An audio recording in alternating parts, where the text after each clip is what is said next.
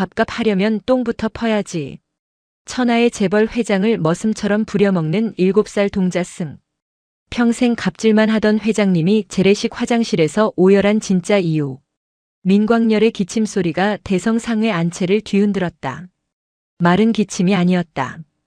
폐부 깊숙한 곳에서부터 긁어올리는 젖고 끈적한 소리였다.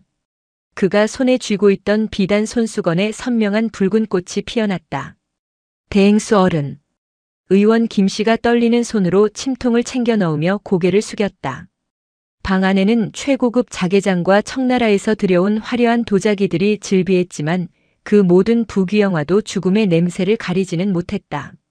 민광열은 손수건을 구겨 쥐며 눈을 부라렸다. 말해보게. 내 병이 돈으로 안 되는 것인가?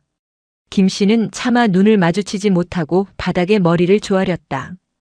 돈으로 시간을 살 수는 있으나 명을 되돌릴 수는 없습니다.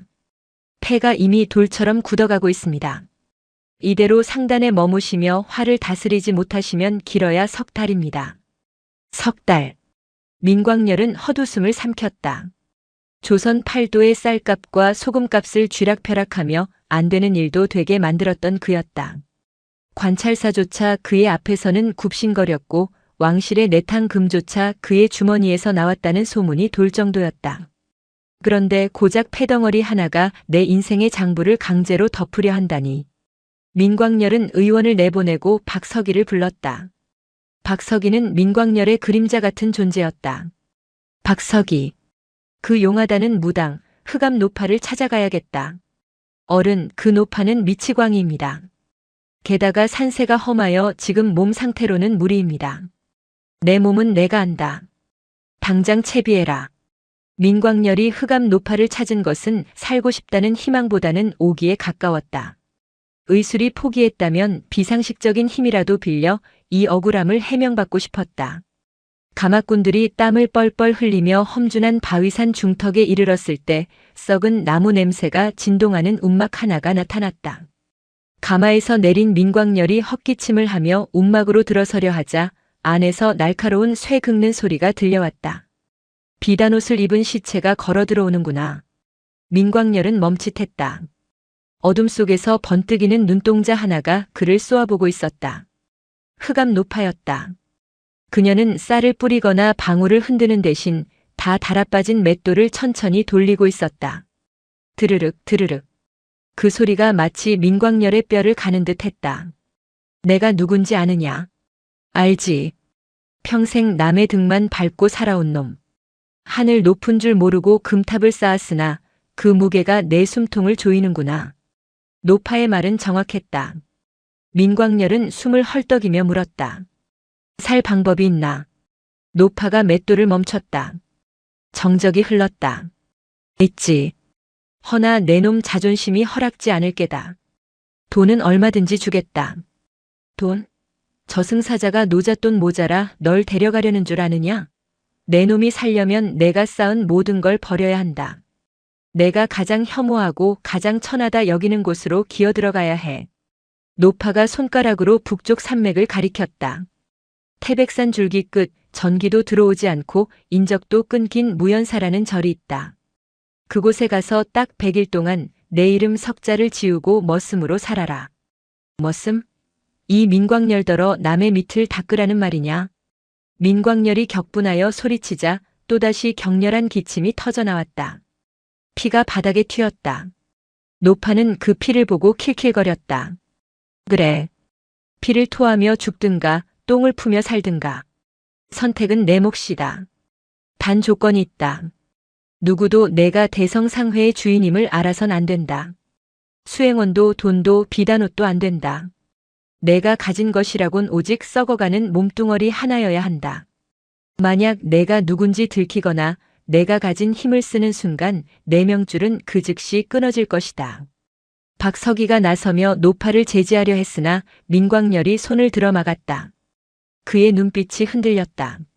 굴욕감과 생에 대한 집착이 팽팽하게 줄다리기를 했다. 100일. 딱 100일이라 했나. 하루라도 모자라면 죽는다. 꽉 채워라. 밥값은 내 몸으로 치러야 할 것이다. 민광열은 산을 내려오며 생각했다. 죽음은 모든 것의 끝이다. 하지만 머슴살이는 과정일 뿐이다. 내가 살아만 있다면 똥통에서 구르든 개밥을 먹든 다시 일어설 수 있다. 그는 상단으로 돌아오자마자 박석희에게 비밀 지령을 내렸다. 내일부터 나는 요양을 떠난다. 장부는 내가 맡아라. 그리고 낡은 삼배옷 한 벌과 집신을 준비해라. 대행수 어른 정말 가시렵니까? 그곳은 지도에도 잘 나오지 않는 험지입니다. 박석희. 나는 똥지개가 무서운 게 아니라 내가 쌓은 이 금자탑이 무너지는 게 무서운 사람이다. 살아서 돌아올 테니 입 단속 철저히 해라. 그날 밤 조선 최고의 거부 민광렬은 어둠을 틈타 홀로 저택을 빠져나왔다. 그의 등에는 보찜 하나뿐이었다. 화려한 가마 대신 거친 산길이 그를 기다리고 있었다. 무연사로 가는 길은 길이 아니라 고행이었다. 깎아지른 절벽을 타고 넘어야 했고 허리까지 차오르는 자풀을 헤쳐야 했다. 민광렬의 발은 이미 물집이 터져 피범벅이 되었고 숨은 턱 밑까지 차올랐다. 평생 가마와 인력거만 타던 다리가 비명을 질렀다. 이틀 꼬박 걸려 도착한 무연사는 절이라기보다는 다 쓰러져가는 폐가에 가까웠다. 기와는 깨져 잡초가 자라 있었고 담벼락은 곳곳이 무너져 있었다. 단청의 화려함은 온데간데 없고 나무 기둥은 세월에 깎여 하얗게 발해 있었다. 고요했다. 바람 소리와 풍경 소리만이 산사를 채우고 있었다. 민광렬은 일주문도 없는 마당에 들어서며 다리에 힘이 풀려 주저앉았다. 그게 계시오. 목소리가 갈라져 나왔다. 인기척이 없었다. 그가 다시 한번 소리치려 할 때였다. 대웅전 옆 낡은 요사채 문이 열리며 조그만 아이 하나가 튀어나왔다. 잿빛 승복은 여기저기 기운 자국이 역력했고 머리는 빡빡 깎은 동자승이었다. 아이는 꼬질꼬질한 얼굴로 민광렬을 빤히 쳐다보았다. 누구야? 반말이었다. 민광렬은 기가 찼지만 대꾸할 기운도 없었다. 지나가던 과객인데 물 한 모금만 주거라. 동자승은 민광렬의 행색을 위아래로 훑어보았다. 흙투성이가 된 삼배옷, 찢어진 집신, 퀭한 눈. 누가 봐도 산전수전 다 겪고 갈 곳 없는 늙은 떠돌이였다. 물은 저기 우물에서 퍼마셔. 손 없나. 동자승은 턱으로 마당 구석의 우물을 가리켰다. 민광렬은 억울함에 입술을 깨물며 기어기어 우물가로 갔다. 두레박을 내리고 올리는 일조차 그에게는 천근만근이었다. 간신히 물을 길어 벌컥벌컥 마시자 정신이 조금 들었다. 그때 등 뒤에서 굵직한 목소리가 들렸다. 어디서 오신 처사님이시오? 돌아보니 깡마른 체구에 눈빛이 형형한 중년의 스님이 서 있었다. 주지인 무경 스님이었다. 내 살 곳을 찾아왔소. 일손이 필요하다 들었소만. 민광렬은 흑암 노파가 시킨 대로 둘러댔다. 무경 스님은 민광렬의 얼굴을 한참이나 응시했다. 마치 그의 폐 속 병마와 그 뒤에 숨겨진 오만함까지 꿰뚫어 보는 듯한 눈빛이었다. 우리 절은 공양미가 넉넉지 않아 일하지 않는 자는 먹이지 않습니다. 몸이 성해 보이지 않는데 견딜 수 있겠소? 죽지 않으려 왔소. 시키는 건 뭐든 하리다. 무경 스님은 고개를 끄덕이더니 동자승을 불렀다. 버부야, 이 처사님을 행랑채로 안내해드려라. 오늘부터 우리와 함께 지내실 분이다. 버부라 불린 동자승이 입을 삐죽거렸다. 스님, 저 할아버지 다 죽어가는데 밥값이나 하겠어? 괜히 내 밥만 줄어드는 거 아냐? 버부. 무경 스님의 낮은 호통에 버부는 칫 하고 혀를 차며 민광렬에게 손짓했다. 따라와 할배. 밥 축내지 말고. 할배라니.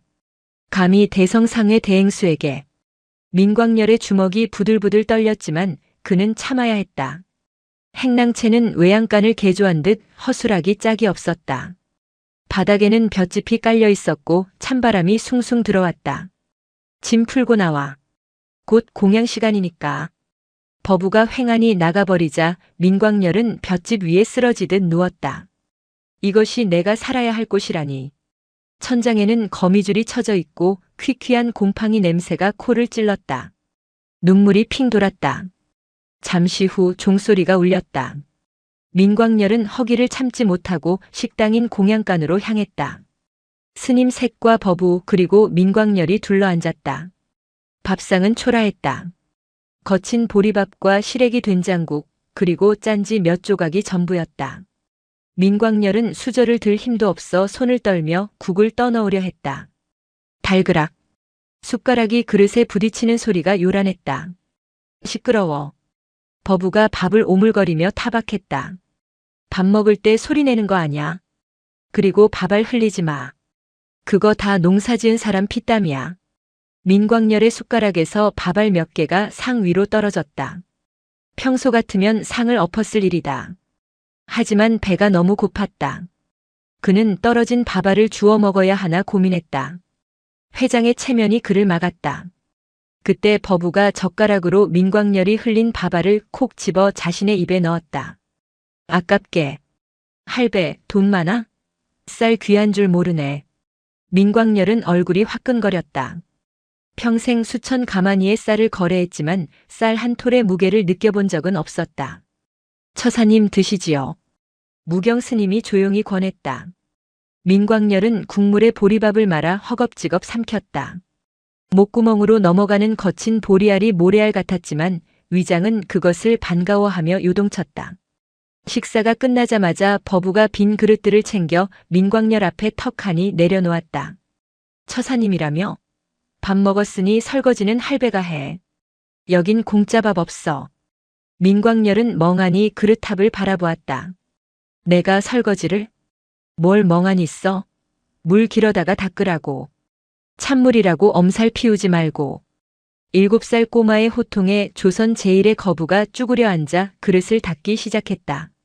손이 시려 감각이 없어졌지만 버부는 옆에서 감시하며 잔소리를 해댔다. 거기 고춧가루 묻었잖아. 다시 닦아. 에잉, 굼뜨다 굼떠. 사회에서 뭐하다 왔어? 할 줄 아는 게 하나도 없네. 민광열은 이를 악물었다. 사회에서 내가 왕이었다, 이 녀석아. 속으로만 외치며 그는 그릇을 박박 문질렀다. 그릇이 깨질 듯한 소리가 그의 자존심이 부서지는 소리와 겹쳐 들렸다. 첫날 밤은 악몽 같았다. 냉골 바닥에서 한기를 느끼며 자다 깨기를 반복했다. 새벽 3시 도량석 목탁 소리가 산사를 깨웠다. 민광열은 일어나지 못했다. 몸살이 난 것이다.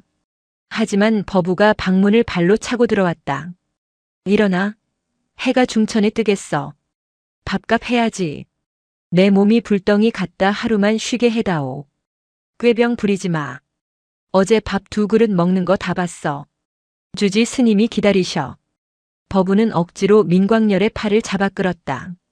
7살 아이의 악력이 매서웠다. 민광열은 비틀거리며 마당으로 나왔다. 새벽 공기는 폐를 찌르는 듯 차가웠다. 무경 스님이 마당 한가운데에 놓인 거대한 지게 2개를 가리켰다. 하나는 나무를 하는 지게였고 하나는 통이 달린 지게였다. 처사님은 오늘 해우소와 장실을 치우시오.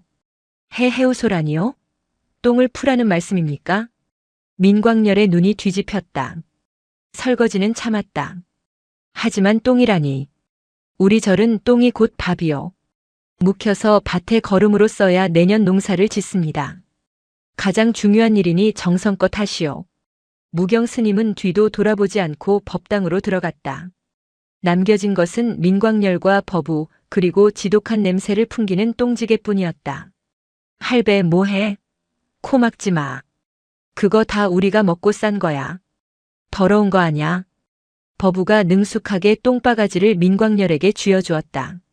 민광열은 해우소 근처에 가기도 전에 구역질이 올라왔다. 재래식 변소 아래에는 걸쭉한 오물이 가득 차 있었다. 구더기가 기어다니는 모습에 현기증이 일었다. 못한다. 나는 못해. 민광열이 바가지를 집어 던졌다. 쨍그랑 소리와 함께 바가지가 돌에 부딪혀 깨졌다. 버부의 눈이 동그래졌다. 이 할배가 미쳤나? 그거 귀한 바가지야. 내가 돈을 주마.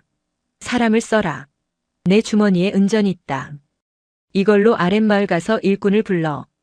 민광열이 품속에서 비상금으로 챙겨온 은전을 꺼내 바닥에 뿌렸다. 은전이 흙바닥에 나뒹굴었다. 그는 이것이면 해결될 줄 알았다. 세상 모든 것이 그랬으니까. 하지만 버부는 은전을 줍지 않았다. 오히려 싸늘한 눈으로 민광열을 올려다보았다. 어린아이의 눈빛이라고는 믿기지 않을 만큼 깊고 서늘했다. 이 쇠붙이가 똥 퍼주냐? 뭐? 이걸로 밭에 거름 줄 수 있냐고. 배고플 때 이걸 씹어 먹을 수 있어? 여긴 산속이야. 쌀 한 톨, 배추 한 포기가 저 쇠붙이보다 100배는 귀해. 당장 주워. 버부의 호통에 민광열은 말문이 막혔다. 대성상회에서는 이 은전 한 입이면 사람들이 머리를 땅에 박았다. 그런데 이곳에서는 그저 차가운 돌멩이 취급이었다. 안 주워? 그럼 밥도 먹지 마. 오늘 일 안 하면 국물도 없어. 버부는 뒤돌아서 가버렸다. 민광열은 홀로 남겨졌다. 해는 떠오르고 있었고 배에서는 꼬르륵 소리가 났다. 자존심이 밥을 먹여주지는 않았다. 그리고 흑암 노파의 말이 귓가에 맴돌았다. 가장 낮은 곳으로 기어들어가야 산다. 민광열은 떨리는 손으로 바닥에 떨어진 은전을 주워 품에 넣었다. 그리고 깨진 바가지 조각을 주워들었다. 다른 바가지를 찾을 용기도 없었다. 그는 숨을 참고 해우소 똥통 앞으로 다가갔다. 악취가 코를 찔러 눈물이 났다. 이것은 슬퍼서 흘리는 눈물이 아니었다. 생물학적인 거부 반응이었다. 내가 민광열인데 내가. 그는 주문처럼 자신의 이름을 되뇌며 바가지를 오물 속에 집어넣었다.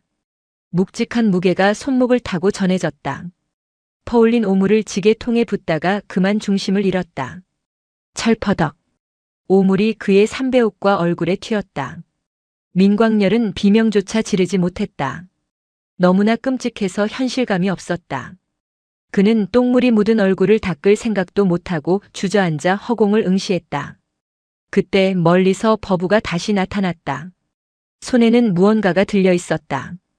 에휴, 꼴 좀 봐라. 그럴 줄 알았지. 버부는 민광열에게 다가와 낡은 수건을 던져주었다. 그리고 품에서 주먹밥 하나를 꺼내 내밀었다. 먹고 해. 똥 냄새 맡으면 배 더 고프대. 민광열은 똥 묻은 손으로 수건을 받아 얼굴을 닦았다. 그리고 아이가 건넨 식은 주먹밥을 쳐다보았다. 똥 냄새가 진동하는 그곳에서 그는 주먹밥을 한 입 베어 물었다. 짭짤한 소금 맛이 났다. 그리고 묘하게도 그 어떤 산의 진미보다 달았다. 맛있냐? 버부가 쪼그리고 앉아 물었다. 그래. 그럼 됐어. 똥 다 푸면 내가 가서 씻어. 등 밀어줄 테니까. 민광열은 주먹밥을 우물거리며 울컥 치솟는 무언가를 삼켰다. 그것은 굴욕감이었을까 아니면 안도감이었을까? 그는 태어나서 처음으로 자신의 힘으로 밥값을 치르고 있었다. 똥지게의 무게가 그의 등뿐만 아니라 오만했던 그의 마음까지 짓누르기 시작했다. 그 시각 산 아래 마을에서는 흉흉한 소문이 돌기 시작했다. 역병이 돌기 시작했다는 소문. 그리고 대성상회의 대행수가 밤사이 증발했다는 소문이 맞물려 세상은 또 다른 혼란을 예고하고 있었다. 그러나 산속의 민광열은 아직 알지 못했다. 자신이 짊어진 똥지게가 훗날 세상을 구할 약초를 키워낼 걸음이 되리라는 것을. 무연사의 겨울은 사람을 기다려주지 않고 들이닥쳤다. 산바람은 칼날 같았고 계곡물은 하얗게 얼어붙었다. 민광열이 이곳에 온 지 보름이 지났을 무렵이다. 그의 손바닥에 잡힌 물집은 터지고 굳기를 반복해 마치 거북이 등껍질처럼 딱딱해져 있었다. 할배, 물통 비었잖아. 아침 공양 지어야 하는데 뭐해? 버부의 목소리가 쩌렁쩌렁 울렸다. 민광열은 앓는 소리를 내며 일어났다. 처음 며칠은 온몸이 두들겨 맞은 듯 아파 드러누웠지만 이제는 요령이 생겼다. 끙 소리를 내더라도 몸을 움직여야 덜 아프다는 것을 깨달은 것이다. 그의 임무는 새벽마다 계곡 얼음을 깨고 물을 길어오는 것이었다. 무경 스님은 민광열에게 지게를 지는 법을 가르쳐주지 않았다. 그저 지게를 마당에 던져둘 뿐이었다. 민광열은 스스로 깨우쳐야 했다. 어깨가 빠질 듯 아픈 날도 있었고 지게 작대기를 잘못 짚어 뒤로 낮아빠진 날도 있었다. 젠장 내가 이 나이에. 민광열은 습관처럼 투덜거리며 물지개를 졌다. 계곡으로 내려가는 길은 꽁꽁 얼어붙어 빙판길이나 다름없었다. 그는 조심조심 발을 내디뎠다. 물통에 물을 가득 채우자 지게의 무게가 어깨를 파고들었다. 천천히 천천히. 그가 비탈길을 오르려던 순간이었다. 집신이 빙판에 미끄러졌다. 민광렬은 볼품없이 엉덩방아를 찧었고 물통이 뒤집어지며 차가운 계곡물이 그를 덮쳤다. 뼛속까지 시린 냉기가 전신을 강타했다. 젖은 옷이 순식간에 얼어붙기 시작했다. 고통보다 더 참기 힘든 것은 초라함이었다. 천하의 대성상회 대행수가 얼음판 위에서 물에 빠진 생쥐꼴이라니. 그는 화가 나서 빈 물통을 발로 걷어찼다. 텅 하는 둔탁한 소리가 산속의 정막을 깼다. 일어나. 위쪽에서 버부가 내려다보고 있었다. 녀석은 혀를 차며 지게 작대기를 민광렬에게 내밀었다. 안 도와줄 거다. 잡고 일어나기만 해. 민광렬은 씩씩거리며 작대기를 잡고 일어섰다. 버부는 젖은 민광렬을 보고도 동정하지 않았다. 오히려 꾸짖듯 말했다. 할배는 걷는 법부터 글러먹었어. 뭐라? 내 걸음걸이가 어때서? 고개를 뻣뻣하게 들고 다니니까 넘어지지. 여긴 한양 바닥이 아냐. 얼음길 위에서는 발밑을 봐야지 왜 하늘을 보고 걸어. 무게 중심을 낮추라고. 무릎을 굽히고 발가락에 힘을 딱 주고. 버부가 시범을 보였다. 아이는 마치 산짐승처럼 무릎을 살짝 굽히고 사뿐사뿐 빙판 위를 걸어다녔다. 전혀 미끄러워 보이지 않았다. 자존심 세우느라 고개 쳐들면 뇌진탕으로 죽어. 살고 싶으면 땅을 봐. 그리고 엉덩이를 낮춰. 민광렬은 반박하려다 입을 다물었다. 틀린 말이 하나도 없었다. 그는 평생 턱을 치켜들고 살았다. 아랫사람들을 내려다보았고 먼 미래의 이익만을 쫓았다. 정작 내 발밑이 썩어 들어가는 줄도 모르고. 다시 가서 퍼와. 물 없으면 밥 못해. 버부는 매정하게 돌아섰다. 민광렬은 젖은 몸을 부들부들 떨며 다시 계곡으로 내려갔다. 이번에는 고개를 숙였다. 무릎을 굽히고 엉덩이를 뒤로 뺐다. 우스꽝스러운 자세였지만 발바닥이 얼음에 착 달라붙는 느낌이 들었다. 그래. 기어서라도 간다. 그는 다시 물을 가득 채우고 비탈길을 올랐다. 시선은 오로지 발끝, 집신 앞코에 고정했다. 한 발, 두 발. 숨이 턱까지 차올랐지만 넘어지지 않았다. 마당에 도착해 물독에 물을 붓자 콸콸 쏟아지는 소리가 그렇게 상쾌할 수가 없었다. 오, 이번엔 안 엎었네. 버부가 씩 웃으며 수건을 던져주었다. 얼른 닦고 아궁이 앞에 가서 옷 말려. 감기 들면 약도 없어. 민광렬은 아궁이 앞에서 불을 쬐며 생각했다. 수천억 원의 계약을 따냈을 때보다 물 한 통을 온전히 길어온 지금이 더 성취감이 드는 것은 도대체 무슨 조화인가. 불길 속에서 그의 얼어붙은 몸과 마음이 조금씩 녹아내리고 있었다. 한 달이 지났다. 민광렬의 기침은 잦아들지 않았지만 피를 토하는 횟수는 눈에 띄게 줄었다. 맑은 공기와 규칙적인 노동, 그리고 소박한 음식이 약보다 나았던 탓일까? 혹은 그가 아플 겨를조차 없이 바빴던 탓일까? 어느 날 요사체의 문짝이 삐걱거리더니 툭 하고 떨어져 나갔다. 낡을 대로 낡은 경첩이 사가서 부러진 것이다. 찬바람이 방 안으로 들이닥쳤다. 이런 내가 고치마. 민광렬은 자신 있게 나섰다. 그는 상단에 있을 때 문제가 생기면 늘 완벽하고 단단한 해결책을 지시했었다. 그는 헛간에서 목과 망치를 찾아왔다. 그리고 떨어진 문짝을 문틀에 대고 굵은 대못을 쾅쾅 박아버렸다. 자, 이제 꼼짝도 안 할 거다. 틈새도 없이 꽉 막아놨으니 바람도 안 들어올 게야. 민광렬은 뿌듯해하며 손을 털었다. 문은 벽에 완전히 고정되어 꿈쩍도 하지 않았다. 열고 닫을 수는 없었지만 당장의 추위는 막았으니 그만이라 생각했다. 그때 뒤에서 지켜보던 무경 스님이 낮게 혀를 찼다. 처사님. 문은 열리고 닫혀야 문입니다. 그렇게 못을 박아버리면 그건 벽이지요. 바람이 들어오니 어쩔 수 없지 않습니까? 낡은 걸 쓰느니 아예 봉해버리는 게 낫습니다.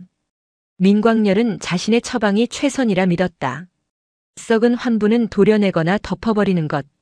그것이 그의 경영 철학이었다. 무경 스님은 씁쓸한 표정으로 못 박힌 문을 어루만졌다. 나무도 숨을 쉽니다. 꽉 막아두면 습기가 차서 안에서부터 썩어 들어갑니다. 조금 헐거워 보여도 바람이 통할 길을 줘야 오래 가는 법입니다. 스님의 말에 민광열은 멈칫했다. 안에서부터 썩어 들어간다. 그것은 자신의 폐 이야기 같기도 했고 겉으로는 화려하지만 내부 고발과 파벌 싸움으로 골마가던 대성상회의 이야기 같기도 했다. 그는 망치를 내려놓고 처음으로 스님에게 명령이 아닌 질문을 던졌다.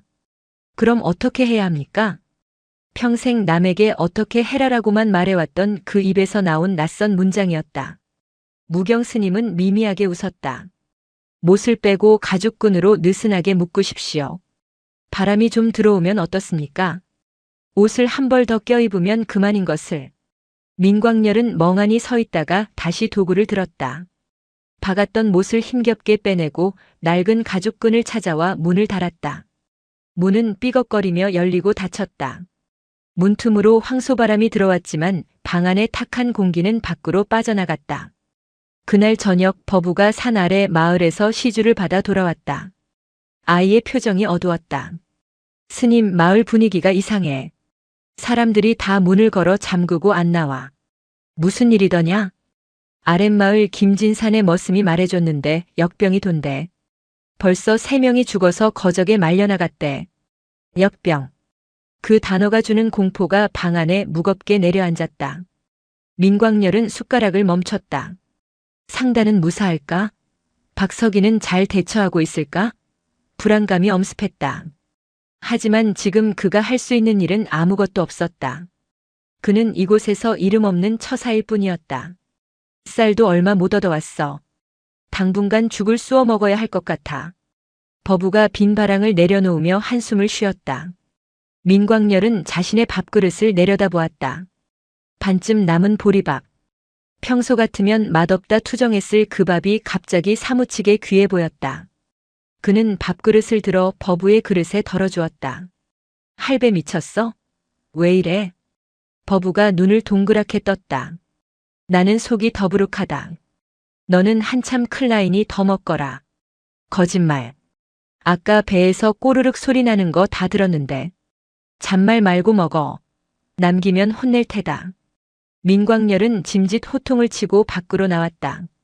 찬바람이 숭숭 들어오는 문짝을 바라보며 그는 생각했다. 꽉 막힌 곳에서는 아무것도 나눌 수 없다. 틈이 있어야 바람도 통하고 마음도 통하는 법이라고. 배는 고팠지만 가슴 한구석은 이상하게도 꽉 찬 느낌이 들었다. 시간은 흘러 100일 기한의 절반인 50일이 지났다. 민광열의 몸은 몰라보게 변해 있었다. 배불뚝이었던 배는 쏙 들어갔고 팔다리에는 잔근육이 붙었다. 얼굴은 검게 탔고 손은 거칠어졌지만 눈빛만은 형형하게 살아났다.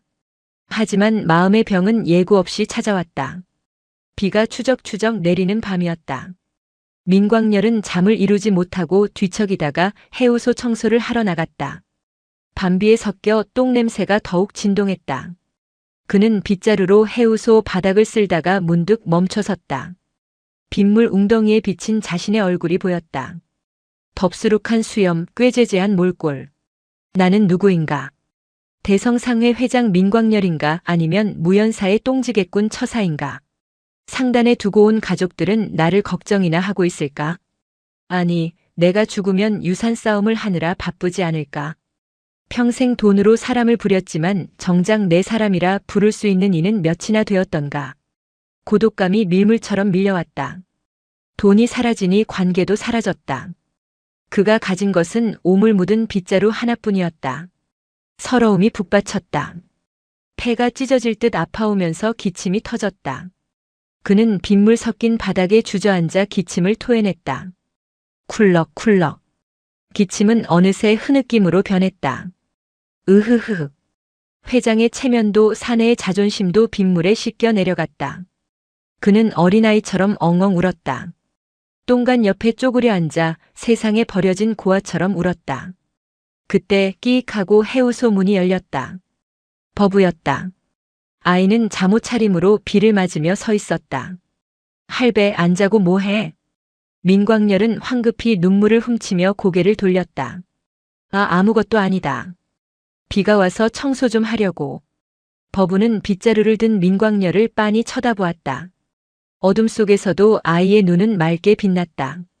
할배, 울어? 안 운다. 빗물이 들어간 게야. 거짓말. 어깨가 들썩거리는데 뭘 안 울어. 버부가 다가와 민광렬의 옆에 털썩 주저앉았다. 더러운 바닥이었지만 개의치 않았다. 울고 싶으면 그냥 울어. 참으면 병돼. 우리 절 부처님도 비 오는 날에는 우시더라. 지붕이 새서 비를 맞으시거든. 민광렬은 픽하고 헛웃음을 흘렸다. 부처님이 비를 맞아 온다니. 힘드냐? 버부가 툭 던진 말에 민광렬의 가슴둑이 무너졌다. 힘들다. 사는 게 참 힘들구나. 그래. 사는 건 원래 힘들어. 스님이 그랬어. 인생은 고해, 고통의 바다래. 근데 할배, 그거 알아? 버부가 작은 손으로 민광렬의 거친 손등을 덮었다. 아이의 손은 따뜻했다. 똥밭에서도 꽃은 피어. 할배가 맨날 퍼다 나르는 그 똥 먹고 봄 되면 텃밭에 상추도 나고 고추도 나.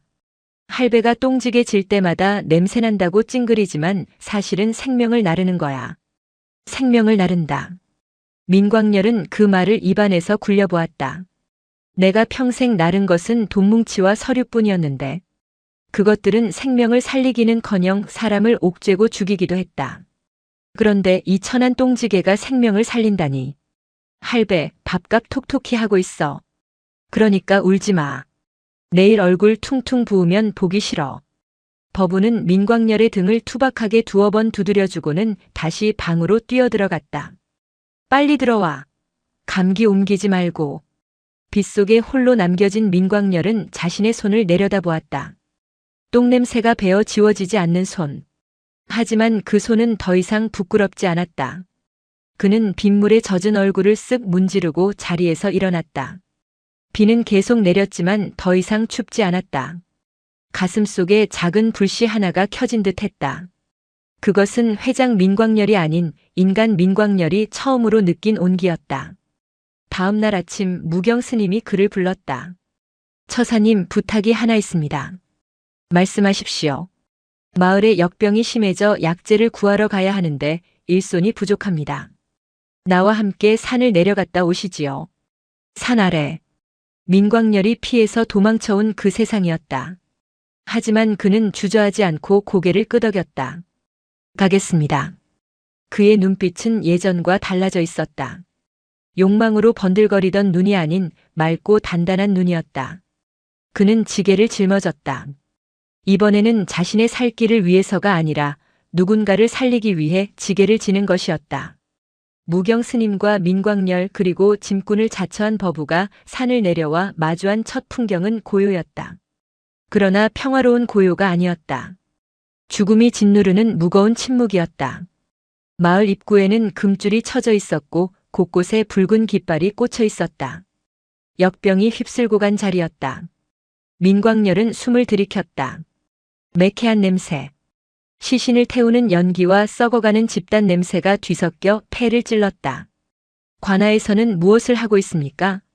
민광렬이 물었다. 무경 스님이 낮은 목소리로 답했다. 관아는 이미 문을 걸어 잠갔습니다. 병이 옮을까 두려워 구호품조차 끊긴 지 오래입니다. 이곳은 버려진 땅입니다. 마을 안으로 들어서자 참혹한 광경이 펼쳐졌다.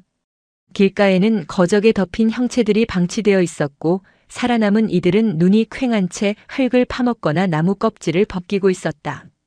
아이들의 울음소리조차 들리지 않을 만큼 기력이 쇠한 상태였다. 스님 오셨습니까? 마을 이장이 기어나오듯 마중을 나왔다. 몰골이 말이 아니었다. 이장, 환자들과 성한 사람을 분리했소? 분리라니요, 좁은 방에 다 같이 엉겨 붙어 앓고 있습니다. 물도 길어올 힘이 없어 냇가 고인물을 마십니다.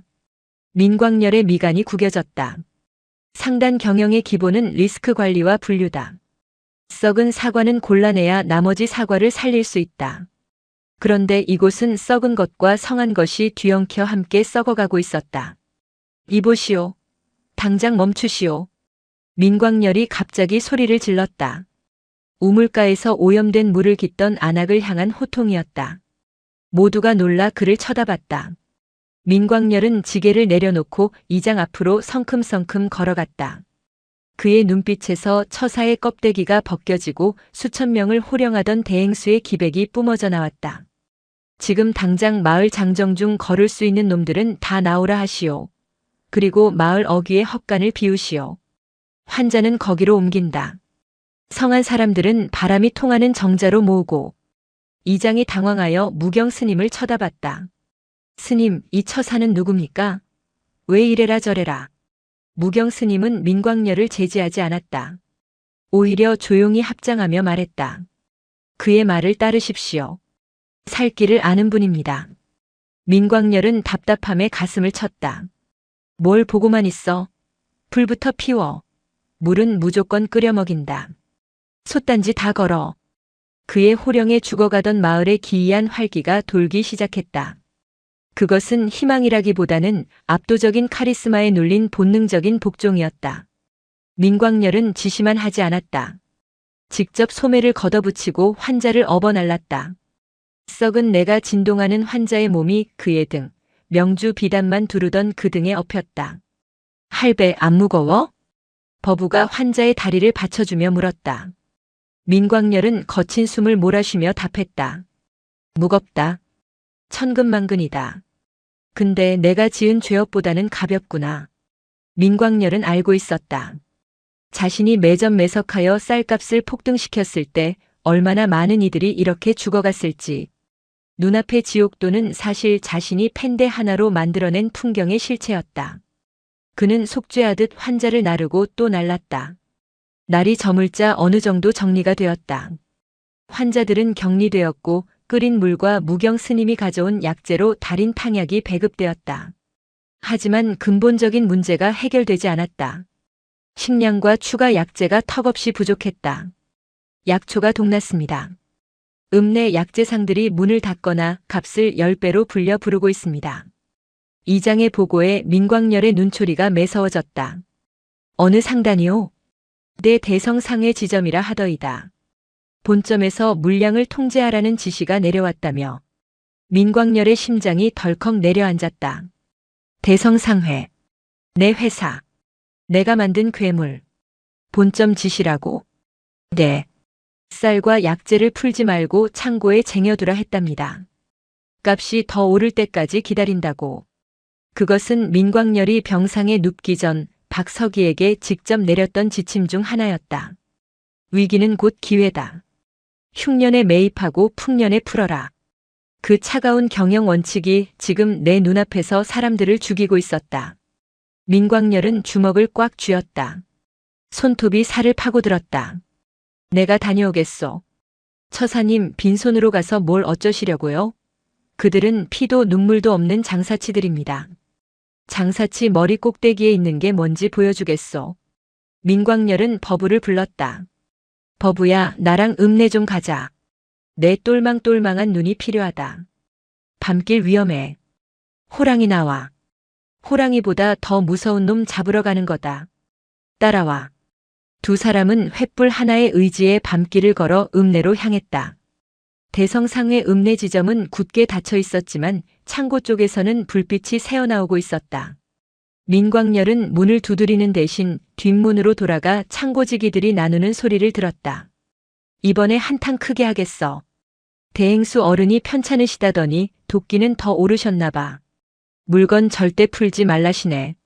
자신의 이름이 저승사자의 명부처럼 들렸다. 민광열은 헛기침을 하며 정문 앞으로 갔다. 그리고 문짝이 부서져라 걷어찼다. 쾅! 쾅! 누구요? 영업 끝났소.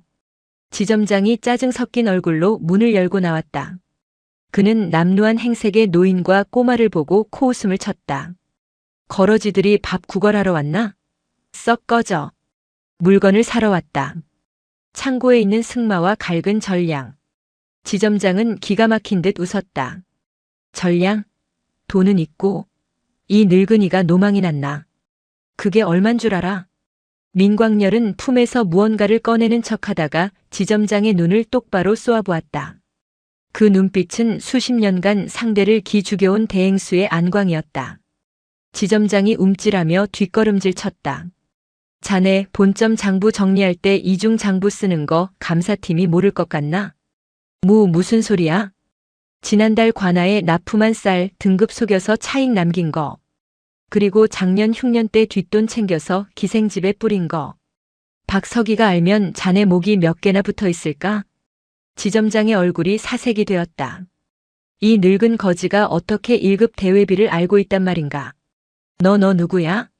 나는 대성상회의 그림자다. 본점에서 아멘 감찰을 나왔다. 민광열은 거짓말을 했다. 하지만 완벽한 거짓말은 진실을 구할 섞는 법이다. 그는 지점 내부 사정을 훤히 꿰뚫고 있었다. 감찰? 꼴이 그게 무슨. 아맹이라 하지 않았나. 거짓골을 해야 자네 같은 쥐새끼가 갉아먹는 소리가 들리지.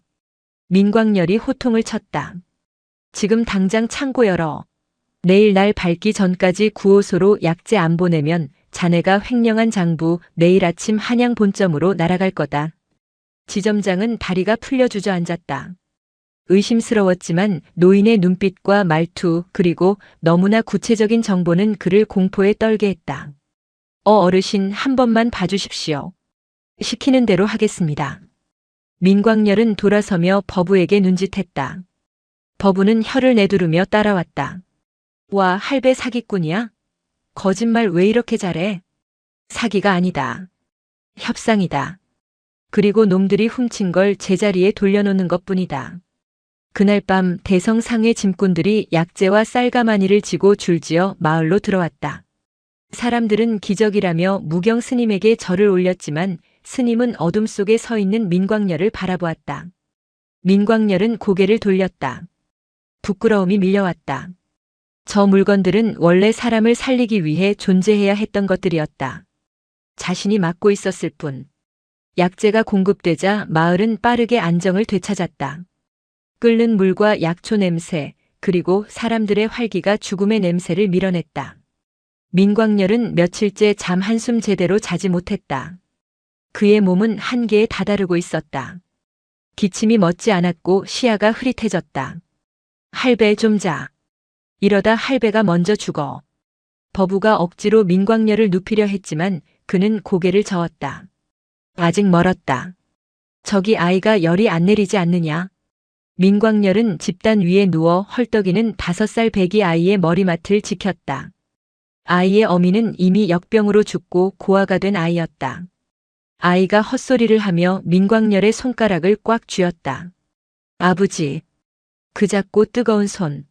민광열은 자신의 화려했던 인생에서 단 한 번도 느껴보지 못한 온도를 느꼈다. 내 자식들에게 나는 아버지였나 아니면 물주였나. 그래 여기 있다. 민광열은 투박한 손으로 아이의 이마를 닦아주었다. 밤새 아이의 열을 내리기 위해 물수건을 갈아주고 팔다리를 주물렀다. 천하의 민광열이 남의 자식, 그것도 천한 고아를 살리기 위해 밤을 새웠다. 새벽녘 아이의 숨소리가 고라지며 열이 내렸다. 민광열은 안도감에 전신에 힘이 빠지며 그 자리에 쓰러졌다. 처사님. 무경 스님이 달려와 그를 부축했다. 민광열의 얼굴은 흑빛이었다. 각혈한 피가 입가를 적셨다. 스님, 저 아이 살았습니까? 예, 살았습니다. 처사님이 살렸습니다. 다행이군요. 정말 다행이야. 민광열은 희미하게 웃었다. 수천억을 벌었을 때도 짓지 못했던 아주 편안하고 바보 같은 미소였다. 그는 꿈을 꾸었다. 호랑이 등에 타고 달리는 꿈이었다. 멈추면 잡아먹힐까 두려워 채찍질을 멈추지 않았던 지난날. 하지만 이제 그는 호랑이 등에서 내려와 흙바닥을 걷고 있었다. 발은 아프고 몸은 고되지만 흙냄새가 좋았다. 눈을 떴을 때는 다시 무연사 요사체였다. 버부가 옆에서 졸고 있었다. 깼어? 버부가 부스스 눈을 비비며 일어났다. 할배 죽은 줄 알고 내가 목탁 칠 뻔했잖아. 이놈이 못하는 소리가 없구나. 무경 스님이 할배 업고 산 올라오느라 고생하셨어. 밥값 하려면 빨리 나아. 민광열은 천장을 바라보았다. 문틈으로 들어오는 햇살이 따뜻했다. 죽음의 문턱까지 갔다가 돌아온 느낌이었다. 그런데 이상하게도 가슴을 짓누르던 폐의 통증이 전보다 덜했다. 마음의 도끼가 빠져나가서일까? 버부야. 왜? 고맙다. 싱겁게 왜 이래? 밥이나 먹어. 버부는 퉁명스럽게 말하며 돌아앉았지만 귀가 빨개져 있었다. 민광열은 몸을 일으켰다. 아직 100일은 끝나지 않았다. 마을에서 돌아온 후 민광열의 수행은 달라졌다. 전에는 억지로 하던 노동이 이제는 수양이 되었다. 그는 시키지 않아도 새벽같이 일어나 마당을 쓸었다. 빚을 한 번에 욕심 하나, 빚을 두 번에 집착 하나. 흙바닥에 빗자루가 스치는 소리가 마음을 닦는 소리처럼 들렸다. 그는 똥지게를 지는 것도 장작을 패는 것도 더 이상 부끄러워하지 않았다. 오히려 땀을 흘리지 않으면 하루가 찝찝했다. 어느 날 무경 스님이 그를 불렀다. 처사님, 내일부터는 법당 청소를 맡기겠습니다. 그리고 108배를 해보시겠습니까? 절을 말입니까? 저는 불자가 아닙니다만 부처님께 하는 절이 아닙니다. 처사님 자신에게 하는 절입니다. 굽히지 못했던 무릎을 굽히고 숙이지 못했던 머리를 땅에 대는 연습입니다. 민광열은 법당으로 들어갔다. 황금색 불상은 말이 없었다. 그는 방석 위에 섰다. 무릎이 뻣뻣했다. 천천히 무릎을 꿇고 이마를 바닥에 대었다. 하나. 내가 무시했던 사람들을 위하여. 일어나서 다시 엎드렸다. 둘. 내가 짓밟은 경쟁자들을 위하여. 셋. 돈 때문에 외면했던 가족들을 위하여. 처음에는 의무감으로 시작했으나 횟수가 거듭될수록 땀이 비 오듯 쏟아지고 숨이 가파올랐다. 50배가 넘어가자 다리가 후들거려 일어날 수가 없었다. 할배, 자세가 그게 뭐야? 엉덩이가 들렸잖아. 버부가 죽비를 들고 옆에 섰다. 제대로 안 하면 숫자 안 센다. 다시. 이 지독한 놈. 민광열은 이를 악물고 다시 일어났다. 70배, 80배. 바닥에 닿는 이마의 피부가 벗겨질 것 같았다. 하지만 멈출 수 없었다. 절을 할 때마다 머릿속을 꽉 채우고 있던 계산기가 부서지고 그 자리에 바람이 들어오는 것 같았다. 100배, 101배. 마지막 108배를 마치고 민광열은 바닥에 대자로 뻗었다. 땀방울이 눈물처럼 흘러내렸다. 심장이 터질 듯 뛰었다. 살아있다. 나는 살아있다. 수고했어, 할배. 오늘 밥값은 했네. 버부가 수건으로 민광열의 땀을 닦아주었다. 민광열은 거친 숨을 몰아쉬며 물었다. 버부야, 너는 왜 출가했느냐? 버부의 손길이 잠시 멈췄다.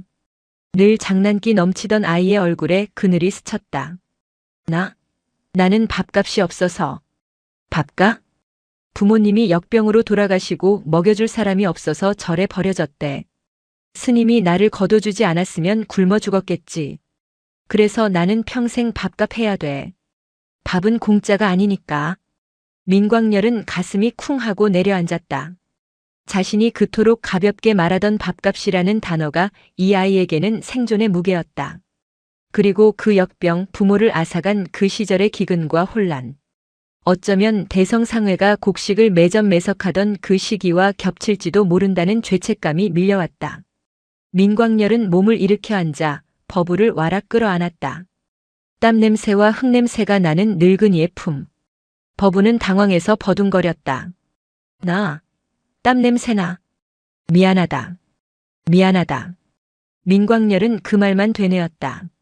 무엇이 미안한지 구체적으로 말할 수는 없었지만 어른으로서 그리고 시대를 주무르던 기득권으로서 이 작은 아이에게 빚진 마음을 사죄하고 싶었다. 그날 밤 민광열은 박서기에게 몰래 편지를 썼다. 창고를 열어라. 조건 없이 풀어라. 곡식 썩혀서 버리면 내 목을 칠 것이다.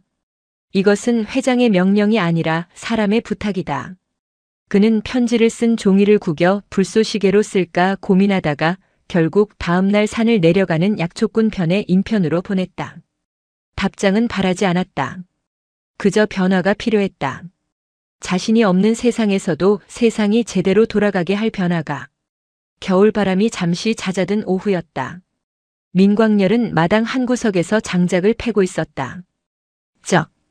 쩍. 도끼날이 나무에 박히는 소리가 명쾌했다. 처음에는 도끼 무게도 감당 못해 제 발등을 찍을 뻔했던 그였다. 이제는 나무의 결을 읽을 줄 알았다. 결대로 치면 힘을 들이지 않아도 쪼개진다는 이치는 억지로 시장을 휘어잡으려 했던 지난날의 아집을 비웃는 듯 했다. 아, 진짜 안 맞네. 툇마루 쪽에서 버부의 투덜거리는 소리가 들렸다. 민광열이 허리를 펴고 돌아보니 아이가 쭈그리고 앉아 콩과 팥을 늘어놓고 끙끙대고 있었다. 무얼 그리 찡그리느냐? 스님이 곡식 창고 정리하라고 했는데 숫자가 자꾸 안 맞아. 시주받은 쌀이랑 나간 쌀이랑 계산이 안 된다고. 버부는 손가락을 꼽아가며 울상이었다. 무연사의 장부는 구먹구구식이었다. 들어오면 쌓고 나가면 퍼주는 식이니 재고가 맞을 리 없었다. 민광열은 도끼를 내려놓고 다가갔다. 어디 보자. 그는 바닥에 떨어진 나뭇가지를 집어들었다. 그리고 흙바닥에 능숙하게 선을 그었다. 콩은 들어온 것, 팥은 나간 것이다. 섞어서 세지 말고 줄을 세워보아라. 민광열은 콩과 팥을 십진법 원리로 배열했다. 그리고 나뭇가지로 순식간에 덧셈과 뺄셈을 해치웠다. 대성상회의 복잡한 이중장부도 눈대중으로 잡아내던 그에게 절간의 살림살이는 소꿉장난 같았다. 딱 맞네. 버부가 눈을 동그랗게 떴다. 할배 산수 잘하네. 서당 훈장님 했어? 비슷한 거 했다. 돈 아니 숫자 만지는 일을 좀 했지. 그럼 이것도 알아? 이자 계산하는 거. 아랫마을 김영감님이 쌀 한 가마니 빌렸는데 내년에 이자 쳐서 갚는데. 얼마나 받아야 돼? 민광열의 손이 멈칫했다. 이자. 그 단어는 그의 평생을 지배한 단어였다. 원금에 시간을 더해 수익을 불리는 마법.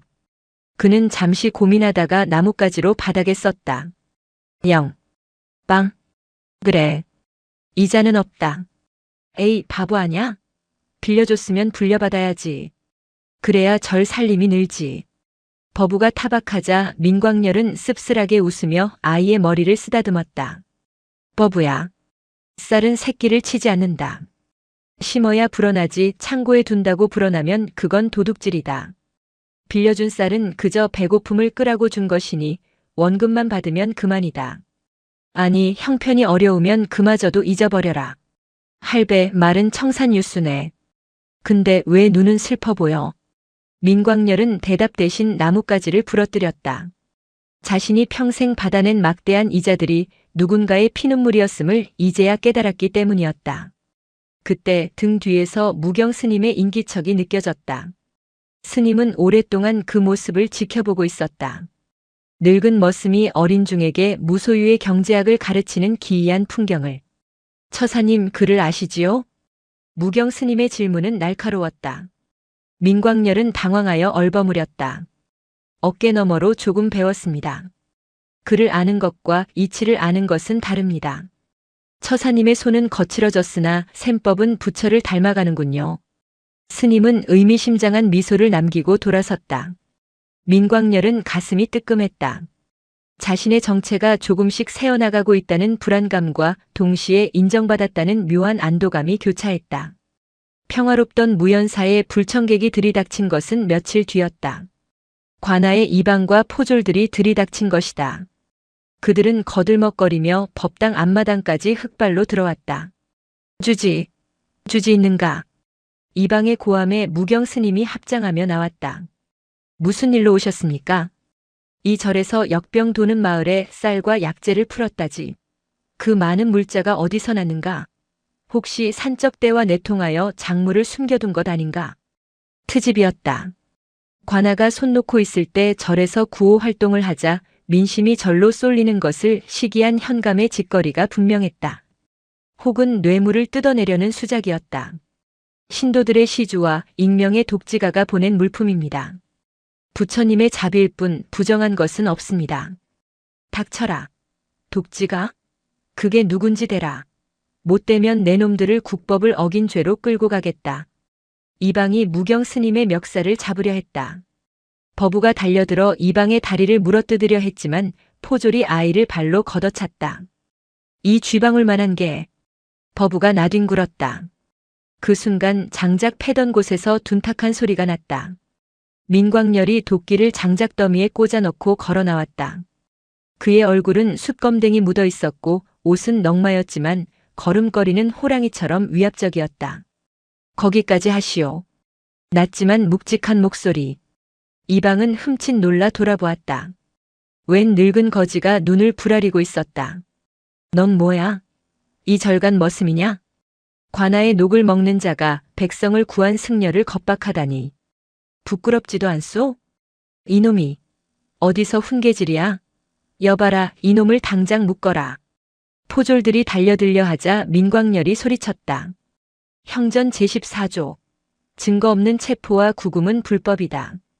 또한 구유를 행한 자에게 상을 주지는 못할 망정 죄를 묻는다면 이는 상부인 가명에 보고하여 현감의 자질을 따져 물어야 할 중죄다. 이방의 입이 딱 벌어졌다. 산속 늙은 머슴의 입에서 나올 법한 말이 아니었다. 형전을 줄줄 꿰는 것은 물론이고 행정체계의 급소까지 정확히 찔렀다. 너 글 꽤나 읽었나 본데 가명이 어디라고 입에 올려? 내 말이 틀렸소? 내가 지금 당장 산을 내려가 관찰사에게 고변이라도 하면 어쩌려고 이러시오. 이 절의 쌀이 작물인지 아닌지 내 눈으로 똑똑히 본 증인으로서 말하는 거요. 민광열은 한 발짝 다가섰다. 그의 눈빛은 수십 년간 정적의 거물들을 상대하며 갈고 닦은 기세 그 자체였다. 이방은 압도당했다. 꾀죄죄한 행색 뒤에 숨겨진 거대한 산 같은 기운에 눌려 뒷걸음질 쳤다. 에이, 재수없게 미친 늙은이가 있네. 두고 보자. 장부를 철저히 조사해서 다시 올 테다. 이방과 포졸들은 꽁무니를 빼듯 도망쳤다. 마당에 정적이 흘렀다. 넘어진 버부가 일어나 흙을 털며 민광열을 올려다보았다. 할배 정체가 뭐야? 암행어사야? 민광열은 다시 구부정한 노인의 자세로 돌아갔다. 어사는 무슨? 주어들은 풍월이다. 얼른 가서 약이나 바르자. 그는 버부의 손을 잡고 들어갔지만 무경 스님은 그 뒷모습을 보며 확신했다. 저 사람은 단순한 객이 아니다. 세상을 호령하던 용이 잠시 비늘을 숨기고 쉴 뿐이다. 하지만 스님은 묻지 않았다. 그가 스스로 말할 때까지 기다려주는 것이 이 산사의 예의였다. 겨울이 깊어지자 폭설이 내렸다. 무연산은 하얀 감옥이 되었다. 허리까지 쌓인 눈 때문에 산 아래로 내려가는 길은 완전히 끊겼다. 민광열의 상태가 급격히 나빠졌다. 찬바람을 맞으며 이방과 대치했던 것이 화근이었을까. 밤마다 고열에 시달렸고 기침을 할 때마다 검붉은 피덩이가 쏟아졌다. 할배, 정신 차려. 죽지 마. 버부가 울며 물수건으로 민광열의 몸을 닦았다. 민광열은 몽롱한 의식 속에서 헛소리를 했다. 박석이 결제 서류 가져와. 아니야, 쌀을 풀어라. 할배, 나 박석이 아니야. 버부야. 똥지게 지는 버부라고. 아이는 민광열의 차가운 손을 비비며 오열했다. 무경 스님이 들어와 맥을 짚었다.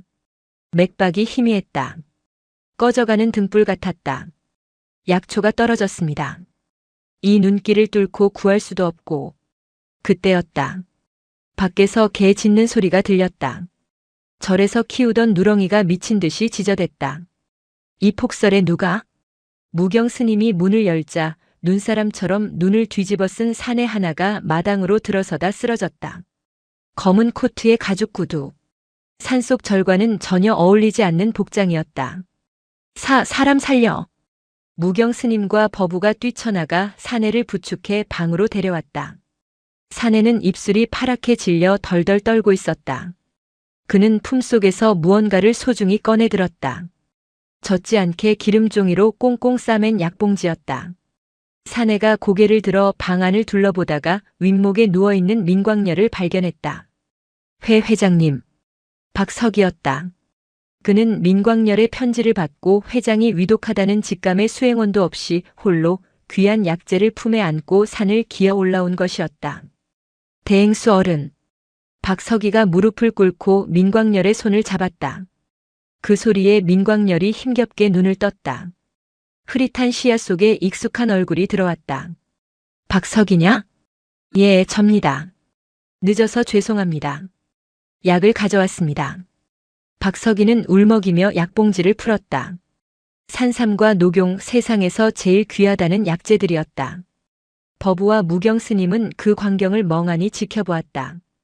회장님 대행수. 그 호칭들이 민광열의 정체를 명확히 말해주고 있었다. 할배가 회장님이었어?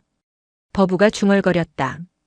배신감보다는 놀라움이 그리고 안도감이 섞인 목소리였다. 약을 다려 먹이자 민광열의 호흡이 조금씩 돌아왔다.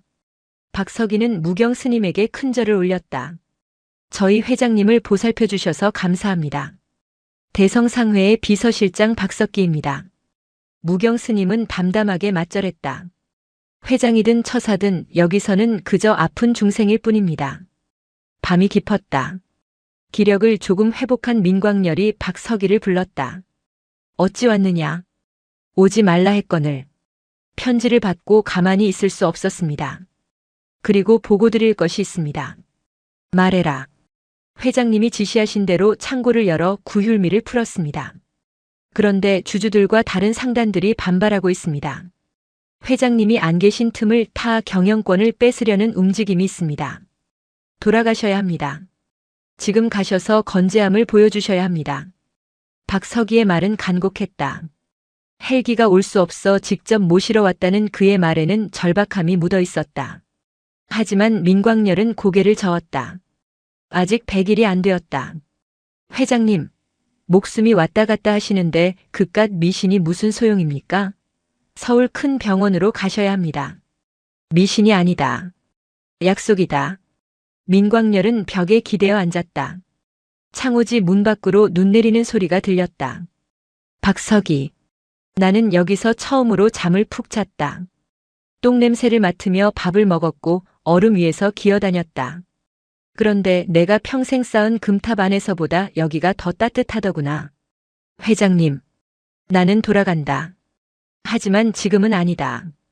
내가 싼 똥은 내가 치우고 가야지. 100일. 약속한 날까지 나는 민광열이 아니라 무연사 처사다. 그때 방문이 벌컥 열렸다. 법우였다. 아이는 문 밖에 서서 다 듣고 있었다. 법우의 눈에 눈물이 그렁그렁했다. 할배 아니 회장님. 진짜 갈 거야? 나 버리고 갈 거야? 민광열은 손을 뻗어 법우를 불렀다.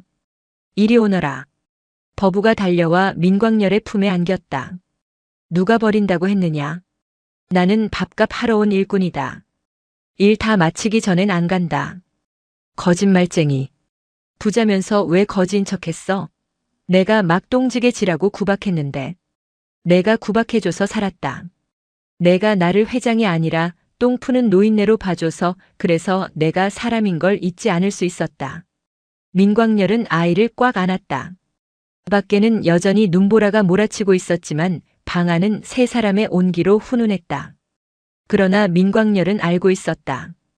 눈이 그치고 길이 열리면 이제는 피할 수 없는 선택의 시간이 오리라는 것을. 그리고 그 선택은 그의 남은 생명 전부를 걸어야 한다는 것을. 폭설에 갇힌 며칠간 무연사에는 묘한 기류가 흘렀다. 박석이는 회장의 수발을 들기 위해 안달복달했다. 그는 새벽같이 일어나 아궁이에 불을 지폈고 민광열이 세수하러 나오면 따뜻한 물이 담긴 대야를 받쳐들고 대기했다. 회장님, 물이 적당합니다. 수건 여기 있습니다. 민광열은 찌푸린 얼굴로 박석이를 바라보았다. 비켜라. 예? 아니되옵니다. 옥체에 찬바람이 들면. 내가 손이 없느냐 발이 없느냐. 지난 2달간 내 손으로 다 했다. 내 놈이 이러면 내 지난 공든 탑이 무너진다. 민광열은 박석이의 손에서 대야를 빼앗아 흙바닥에 놓고 쭈그려 앉아 어푸어푸 세수를 했다. 박석이는 어쩔 줄 몰라 발만 동동 굴렀다. 더 큰 문제는 법우였다. 그 당돌하던 아이가 민광열을 피했다. 눈이 마주치면 슬금슬금 뒷걸음질치고 밥을 먹을 때도 멀찌감치 떨어져 앉았다. 할배라고 부르던 호칭은 사라지고 입을 꾹 다물었다. 오후가 되어 민광열이 똥지게를 질어 나갔다.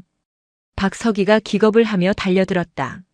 아이고, 회장님, 이걸 왜 직접 하십니까? 제가 하겠습니다. 이놈이 하겠습니다. 박석이가 지게를 빼앗으려 실랑이를 벌이는데 뒤에서 쨍한 목소리가 날아왔다. 비켜. 아저씨가 뭘 안다고 그래? 버부였다. 아이는 박서기를 밀쳐내고 민광열 앞을 가로막았다. 그러고는 잔뜩 찌푸린 얼굴로 민광열을 올려다보았다. 회장님이라며? 돈도 많다며? 그래. 그렇다. 근데 왜 아직도 여기 있어? 비싼 밥 먹고 비단 이불 덮고 자지 왜 냄새나는 똥통 옆에 있냐고. 민광열은 지게를 내려놓고 아이와 눈높이를 맞췄다. 버부야. 너는 내가 회장이라서 싫으냐? 아니. 무서워. 무서워? 사람들이 그랬어. 회장님들은 사람을 파리 목숨처럼 안다고. 마음에 안 들면 다 없애버린다고. 할배도 나 없앨 거야? 나한테 똥지게 시켰다고 혼낼 거야? 아이의 눈에 두려움이 가득했다. 민광열은 가슴이 아려왔다. 권력이란 그런 것이었다. 존재만으로도 순수한 아이를 떨게 만드는 흉기. 그는 자신의 거친 손을 아이에게 내밀었다. 이 손을 봐라. 굳은 살이 박히고 터진 투박한 손. 손톱 밑에는 아직 흙과 때가 끼어 있었다. 이게 사람을 없애는 손 같으냐? 아니면 똥 푸는 손 같으냐? 버부가 쭈뼛거리며 손을 내려다보았다. 영락없는 일꾼의 손이었다. 나는 지금 대성상회 회장이 아니다. 똥 푸는 처사 민광열이다. 내가 여기 있는 동안 나를 회장 대접하면 그날로 나는 짐 싸서 나갈 거다.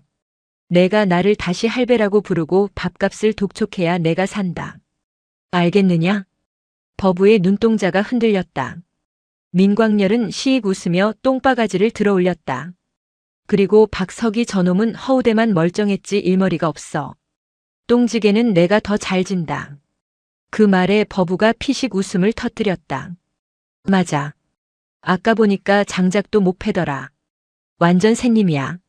그렇지? 그러니 내가 저놈 교육 좀 시켜라. 밥값 하려면 땀 좀 흘려야지. 버부는 다시 허리에 손을 얹고 예전의 그 당당한 표정으로 박서기를 향해 소리쳤다. 거기 아저씨. 멀뚱히 서 있지 말고 빗자루 들고 마당 쓸어요. 공짜 밥은 없다니까. 박서기는 어리둥절한 표정으로 민광열을 쳐다봤다. 민광열이 눈짓으로 빗자루를 가리켰다. 대한민국 최고의 비서실장이 7살 동자승의 호통에 빗자루질을 시작하는 순간이었다. 민광열은 그 모습을 보며 껄껄 웃었다. 권위가 벗겨진 자리에 사람 냄새가 채워지고 있었다. 눈이 녹고 길이 열리자마자 불청객들이 찾아왔다. 이번에는 관아의 이방 따위가 아니었다.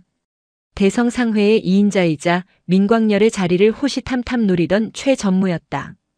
그는 건장한 사병 10여 명과 함께 가마를 타고 절 입구까지 들이닥쳤다. 회장님, 살아계셨군요. 최전무는 과장된 몸짓으로 달려와 절을 했다. 그러나 그의 눈은 웃고 있지 않았다. 그는 민광열의 허름한 행색을 훑어보며 비릿한 미소를 지었다. 세상에 천하의 민광열 회장님이 이런 꼴이라니. 소문이 사실이었군요. 노망이 나서 산속에 숨어 계신다는 게. 할 말만 해라. 민광열은 툇마루에 걸터앉아 무심하게 말했다. 최 전무는 품에서 서류 봉투를 꺼냈다. 상단이 위태롭습니다. 회장님 유고시 경영권을 이양한다는 위임장입니다. 도장만 찍어주시면 편안히 요양하시도록 최고급 별장으로 모시겠습니다. 그것은 사실상 강제 은퇴 협박이었다. 사병들이 위협적인 분위기를 풍기며 마당을 에워쌌다. 무경 스님과 버부가 나오려 하자 민광열이 손을 들어 막았다. 내가 안 찍겠다면? 그러면 이 절이 무사하지 못할 겁니다. 이 산 일대가 저희 상단 소유로 넘어올 예정이거든요. 불법 건축물 철거부터 시작해야겠지요. 최 전무가 비열하게 웃었다. 버부가 울컥해서 소리쳤다. 나쁜 놈들. 여기가 어디라고. 조그만 게 어디 어른 말씀하시는데. 최 전무의 수행원이 버부를 밀치려 했다. 그 순간 민광열의 몸이 번개처럼 움직였다. 짝. 날카로운 파열음이 산사를 갈랐다. 민광열이 수행원의 뺨을 올려붙인 것이다. 늙고 병든 노인의 손이라고는 믿기지 않는 힘이었다. 매일 도끼질과 지게질로 단련된 근육 그리고 100일간 쌓아온 단전의 기운이 실린 일격이었다. 수행원은 비명도 지르지 못하고 나뒹굴었다. 내 집 식구에게 손대지 마라. 민광열의 눈에서 시퍼런 안광이 뿜어져 나왔다. 최 전무는 움찔하며 뒷걸음질 쳤다. 회 회장님, 노망이 나신 게 아니라 힘이 장사가 되셨군요. 하지만 폭력을 쓰시면 곤란합니다. 폭력? 너희가 내미는 이 종이 쪼가리가 더 큰 폭력이다. 경영권 이양? 좋다. 주마. 민광열은 서류를 낚아챘다. 그리고 옆에 있던 똥지게 통뚜껑을 열었다. 지독한 냄새가 확 풍겼다. 하지만 내 도장은 여기 없다. 내 도장은 내 신용이고 내 삶이다. 너희 같은 똥파리들에게 줄 도장은 이것뿐이다. 민광열은 서류 뭉치를 똥통에 처박아 버렸다. 허, 회장님, 가져가라. 똥 묻은 위임장이라도 필요하면 건져가. 너희 탐욕에는 그 냄새가 딱 어울린다. 최 전무의 얼굴이 불그락푸르락해졌다. 이 늙은이가 진짜. 얘들아, 뭐 하느냐. 저 노인네를 끌어내. 사병들이 달려들었다. 박서기가 몸으로 막으려 했지만 역부족이었다. 그때였다. 멈추시오. 대웅전 뒤쪽 숲에서 수십 명의 사람들이 나타났다. 낫과 괭이, 지게, 작대기를 든 마을 사람들이었다. 역병이 돌 때 민광열이 살려낸 그 사람들이었다. 우리 은인에게 손대지 마라. 누구 마음대로 이 절을 부숴. 마을 청년들이 사병들을 에워쌌다. 수적으로도 기세로도 마을 사람들이 압도했다. 그들은 돈을 받고 움직이는 용병이 아니라 은혜를 갚기 위해 목숨을 건 사람들이었다. 이게 무슨... 최 전무는 당황했다. 돈으로 살 수 없는 힘이 존재한다는 것을 계산하지 못한 탓이었다. 최 전무. 보느냐? 민광열이 똥통 뚜껑을 닫으며 말했다. 이게 진짜 내 지분이다. 주주총의 의결권보다 무서운 사람의 마음이라는 지분이다. 썩 꺼져라. 다시 한번 내 마당을 밟으면 그땐 똥통에 쳐넣어 줄 테니. 마을 사람들의 기세에 눌린 최 전무 일당은 결국 주랭랑을 쳤다. 박석이는 넋이 나간 표정으로 민광열을 보았다. 예전의 회장님은 돈으로 사람을 굴복시켰지만 지금의 회장님은 사람으로 불의를 굴복시키고 있었다. 고맙소 이장. 민광열이 고개를 숙이자 이장이 손사래를 쳤다. 어르신 덕에 목숨 건진 놈들입니다. 은혜를 모르면 짐승이지요. 민광열은 가슴이 뜨거워졌다. 평생 돈으로 사람을 샀다고 생각했지만 정작 돈 한 푼 안 쓰고 얻은 이 사람들이 진짜 내 편이었다. 100일이 하루 남은 밤이었다. 99번째 밤. 달이 유난히 밝았다. 민광열은 잠을 이루지 못하고 마당으로 나왔다. 내일이면 이곳을 떠나야 한다.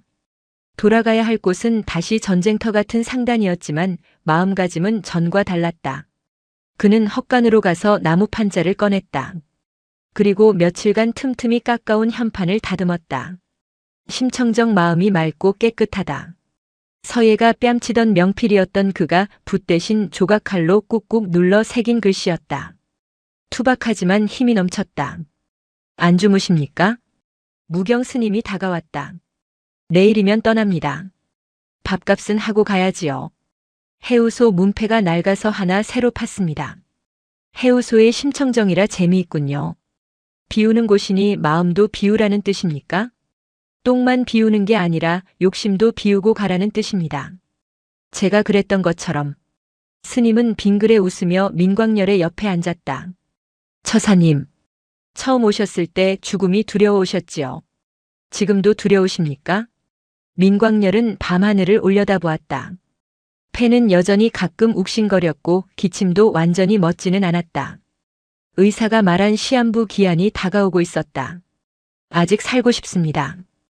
해야 할 일이 많아졌거든요. 하지만 예전처럼 죽음이 굴욕적이지는 않습니다. 똥지게를 지면서 알았습니다. 썩은 것은 거름이 되어 다시 생명을 키운다는 걸. 나도 죽으면 흙으로 돌아가 누군가의 거름이 되겠지요. 큰 깨달음을 얻으셨군요. 100일간의 출가가 헛되지 않았습니다. 스님, 저는 내일 다시 진흙탕 싸움판으로 돌아갑니다. 그곳에서 또다시 때가 묻고 욕심이 생길지도 모릅니다. 그때는 어찌해야 합니까? 무경 스님은 법당 처마 끝에 달린 풍경을 가리켰다.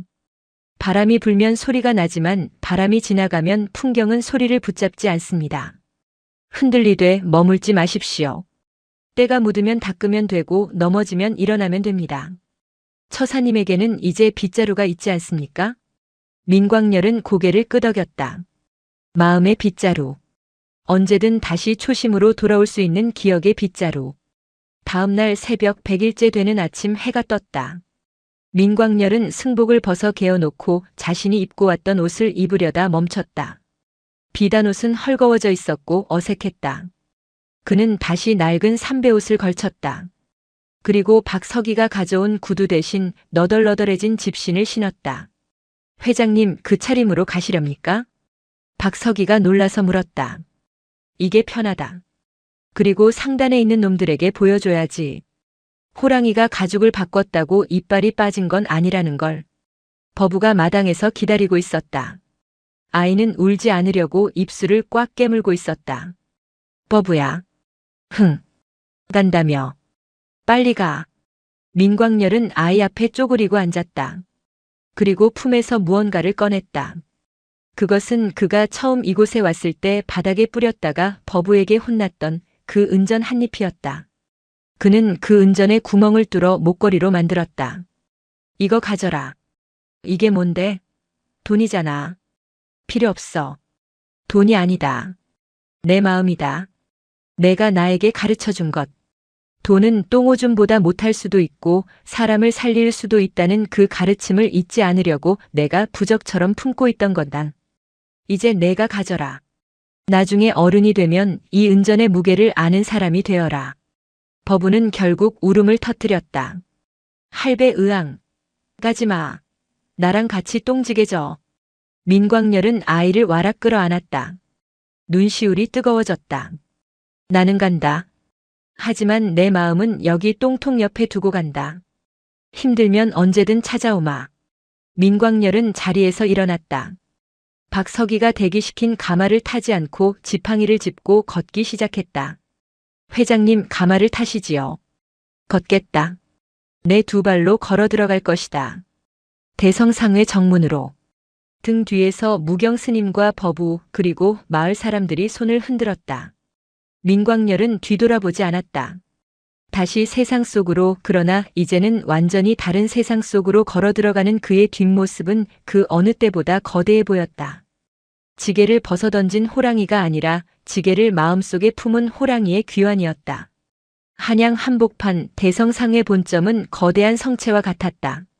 3층짜리 서양식 석조 건물은 조선의 상권을 집어삼킨 민광열의 위엄을 상징했다. 이날은 긴급 이사회가 열리는 날이었다. 안건은 민광열 회장의 건강 악화에 따른 경영권 승계였다. 회의실 상석은 비어 있었다. 최 전무는 그 자리를 탐욕스럽게 바라보며 입꼬리를 올렸다. 자, 시간이 되었으니 시작합시다. 회장님께서는 현재 위중하시어 의사 표현이 불가능한 상태라. 누가 그래? 쾅. 육중한 마호간이 문이 열린 것이 아니었다. 박서기가 문을 열어젖히자 그 뒤에서 누군가가 걸어 들어왔다. 경비원들이 제지하려다 말고 엉거주춤 뒤로 물러나 있었다. 회의실에 있던 임원들의 눈이 휘둥그레졌다. 그곳에는 낡아빠진 삼배옷에 집신을 신고 지팡이를 짚은 노인이 서 있었다. 얼굴은 검게 그을렸고 수염은 덥수룩했지만 그 눈빛만은 회의실의 공기를 얼어붙게 만들었다. 회 회장님? 최 전무가 자리에서 벌떡 일어났다. 그 꼴은 도대체. 민광열은 대답 없이 뚜벅뚜벅 걸어갔다. 최고급 페르시아 양탄자 위로 흙 묻은 집신 자국이 선명하게 찍혔다. 그는 상석으로 가지 않았다. 대신 상석 옆에 놓인 보조의자를 끌어당겨 털썩 앉았다. 계속해라. 내가 위중해서 뭐 어쨌다고. 아니, 그게 아니라. 저희는 회장님께서 요양 중이라 연락이 닿지 않아 걱정돼요. 걱정? 내 걱정을 하는 놈들이 산속 절간을 부수겠다고 협박을 해. 민광열의 목소리는 크지 않았다. 하지만 그 낮고 굵은 울림은 천둥보다 무거웠다. 그는 지팡이로 바닥을 쿵 찍었다. 지난 석 달간 내가 없는 동안 장부를 조작해 쌀값을 2배로 올리고 매점매석으로 폭리를 취한 놈들. 다 알고 왔다. 회장님 오해십니다. 그건 시장 논리에 따라. 시장 논리? 민광열이 피식 웃었다. 그는 품에서 무언가를 꺼내 테이블 위에 던졌다. 버부가 챙겨준 볶은 콩 한 줌이었다. 이게 뭔 줄 아느냐? 임원들이 서로 눈치만 보았다. 이건 밥이다. 너희 눈에는 돈으로 보이겠지만 굶어 죽어가는 백성들에게는 생명이다. 나는 산에서 똥지게를 지며 배웠다. 똥도 거름이 되어 생명을 살리는데 너희는 비단 옷 입고 앉아서 사람을 죽이고 있구나. 민광열은 자리에서 일어났다. 오늘부로 대성상회의 장사 방식은 바뀐다. 따르지 못하겠다면 나가라. 단 나갈 때는 빈손으로 나가야 할 것이다. 너희가 챙긴 뒷돈 장부는 이미 박서기가 검찰청에 넘길 준비를 마쳤으니까. 최 전무의 얼굴이 사색이 되었다. 집신 씨는 호랑이가 비단옷 입은 하이에나들을 물어뜯기 시작한 것이다. 대청소는 신속하고 잔인했다. 하지만 예전의 숙청과는 달랐다. 민광열은 분노로 사람을 자르지 않았다. 그는 썩은 환부를 도려내는 의사처럼 냉철했다. 자네는 해고야. 민광열이 영업부장을 가리켰다. 회장님, 제가 회장님을 위해 얼마나 많은 이익을 남겼는데 이러십니까? 이익은 남겼지. 하지만 사람을 잃었어. 자네가 지난 겨울 헐값에 사들인 땅, 거기 살던 소작농들이 다 쫓겨나 길바닥에 나앉았다지. 돈은 다시 벌면 되지만 잃어버린 인심은 돌아오지 않아. 그건 장사가 아니라 약탈이다. 민광열은 책상 대신 창고 마당에 멍석을 깔고 앉아 업무를 봤다. 직원들이 결제 서류를 들고 줄을 섰다. 그는 서류의 복잡한 숫자를 보지 않았다. 이 사업 누구를 위한 거냐? 예. 저희 상단의 수익률 제고를 위해. 다시 해와. 우리만 배부르고 남은 굶는 사업은 안 한다. 같이 먹고 살 방도를 찾아와. 처음에는 직원들도 미쳤다고 수군거렸다. 수익을 포기하라니 상단이 망하려고 작정한 것인가. 하지만 민광열은 확고했다. 곳간을 열어라. 그는 비밀 창고에 쌓여있던 쌀 5천 가마니를 시장에 풀었다. 가격은 시세의 절반이었다. 회장님, 이러면 쌀값이 폭락합니다. 손해가 막심합니다. 손해가 아니다. 투자다. 지금 사람들을 살려야 나중에 그들이 우리 물건을 사줄 것 아니냐. 굶어 죽은 귀신한테 비단을 팔 셈이냐? 민광열의 상생 경영은 기적을 만들었다. 대성상회가 쌀을 풀자 치솟던 물가가 잡혔다. 사람들은 대성상회를 의로운 상단이라 부르며 칭송했다. 불매운동을 하던 사람들이 다시 대성상회의 물건을 찾기 시작했다. 박서기는 결산 보고서를 들고 손을 떨었다. 회장님 기적입니다. 쌀을 헐값에 넘겨 적자가 날 줄 알았는데 다른 물품들의 매출이 3배로 뛰었습니다. 전체 이익은 오히려 늘었습니다. 민광열은 집신을 고쳐 신으며 껄껄 웃었다. 꺼봐라. 버부 말이 맞다니까. 나누면 커진다더니 녀석이 나보다 셈이 빨라. 그는 창가에 서서 북쪽 산을 바라보았다. 보고 싶구나. 그 맹랑한 꼬마 녀석. 하지만 그의 기침 소리는 날이 갈수록 깊어졌다. 손수건은 다시 붉게 물들어가고 있었다. 봄이 왔다. 민광열이 산에서 내려온 지 2달이 지났다. 의사는 고개를 저었다. 기적적으로 버티고 계신 겁니다. 이제는 정말 준비를 하셔야 합니다. 민광열은 담담했다. 그는 박서기를 불렀다. 박서기, 내 재산 목록 가져와라.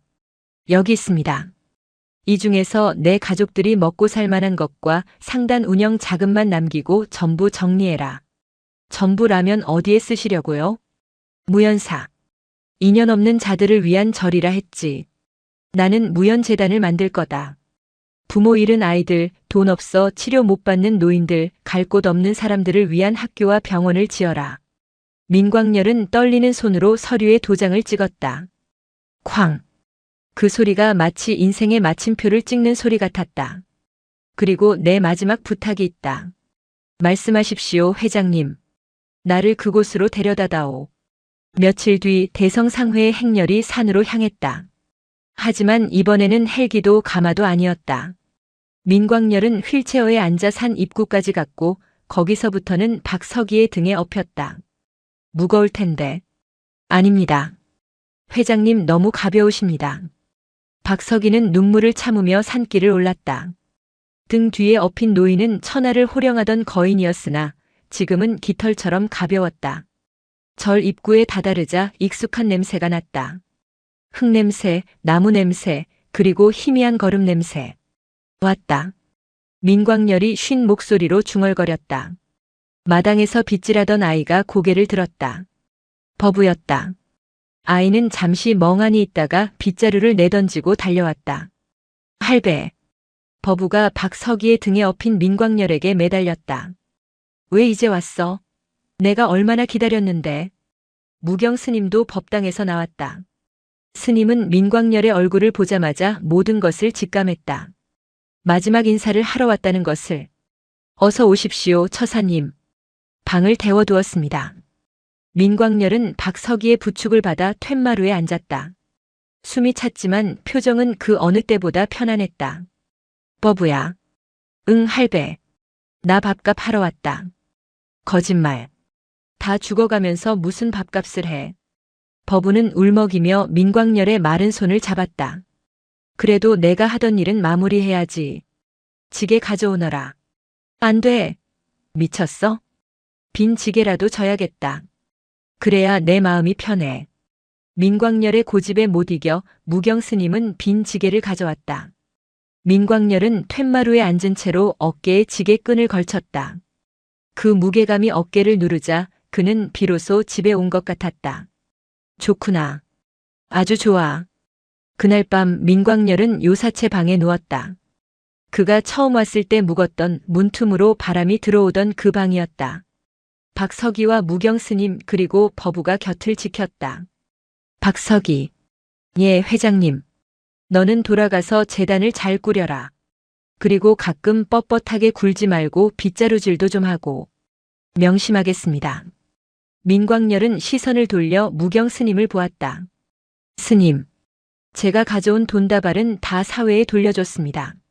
하지만 제가 여기서 가져간 건 값을 매길 수가 없더군요. 제가 100일 동안 배운 건 불교가 아니었습니다. 무엇이었습니까? 사람. 그래, 사람이었습니다. 사람이 사람답게 사는 법, 그게 부처고 그게 도더군요. 스님은 말없이 합장하고 고개를 숙였다. 민광열의 눈꺼풀이 점점 무거워졌다. 마지막으로 그의 시선이 버부에게 머물렀다. 아이는 민광열의 손을 꼭 잡고 훌쩍이고 있었다. 목에는 민광열이 준 구멍 뚫린 은전이 걸려 있었다. 버부야, 울지 마라. 밥값 하는 사내는 우는 거 아니다. 할배 가지 마. 나랑 봄나물 캐러 가야지. 응? 가야지. 가서 먼저 간 내 부모님 만나면 내가 우리 버부 잘 키웠다고 아주 씩씩한 놈이라고 전해주마. 민광열은 힘겹게 손을 들어 아이의 깎아머리를 쓰다듬었다. 버부야. 응. 나중에 아주 나중에 내가 다시 오면. 민광열은 가쁜 숨을 몰아쉬며 입가에 장난스러운 미소를 지었다. 그때는 신분 숨기지 않으마. 회장이라고 뻐기지도 않고 그냥 내 친구로 오마. 버부는 눈물을 닦으며 짐짓 씩씩한 척 소리쳤다. 그 목소리가 떨렸다. 흥. 그럼 나를 일꾼으로 안 부를 거잖아. 민광열의 눈이 서서히 감겼다. 희미한 의식 속에서 버부의 목소리가 메아리처럼 들려왔다. 아니야. 다시 와도 봐주는 거 없어. 더 굴릴 거야. 그러니까 빨리 다시 와. 알았지? 민광열은 대답 대신 미소를 지었다. 그래. 더 굴러주마. 기꺼이. 풍경 소리가 딸랑 하고 울렸다. 산사의 바람이 문틈으로 들어와 민광열의 얼굴을 스쳤다. 대한민국 재계 서열 1위 대성상회 회장 민광열. 그는 비단 이불 위가 아닌 낡은 볏짚 베개를 베고 7살 친구의 손을 잡은 채 가장 평온한 얼굴로 숨을 거두었다. 그의 표정은 마치 고된 하루 일을 마치고 꿀맛 같은 낮잠에 든 일꾼의 얼굴 같았다. 몇 년 뒤 무연사 입구에는 새로운 현판이 걸렸다. 심청정 마이너스 마음을 비우고 사람을 채우는 곳. 그리고 그 아래 훌쩍 자란 소년승이 땀을 뻘뻘 흘리며 똥지게를 지고 가는 뚱뚱한 중년 사내를 호통치고 있었다. 어허, 박처사. 허리 펴. 밥값 하려면 멀었어. 박석이었다. 그는 회장님의 유지를 받들어 재단을 운영하다가 휴가 때면 이곳에 와서 똥지게를 졌다. 소년이 된 버부가 그 뒤를 따르며 웃었다. 바람이 불었다. 풍경 소리 사이로 호탕한 노인의 웃음소리가 들리는 듯 했다. 사는 말이 없었고 사람들은 그렇게 밥값을 하며 살아가고 있었다. 영상이 마음에 드셨다면 구독과 좋아요, 댓글 부탁드립니다.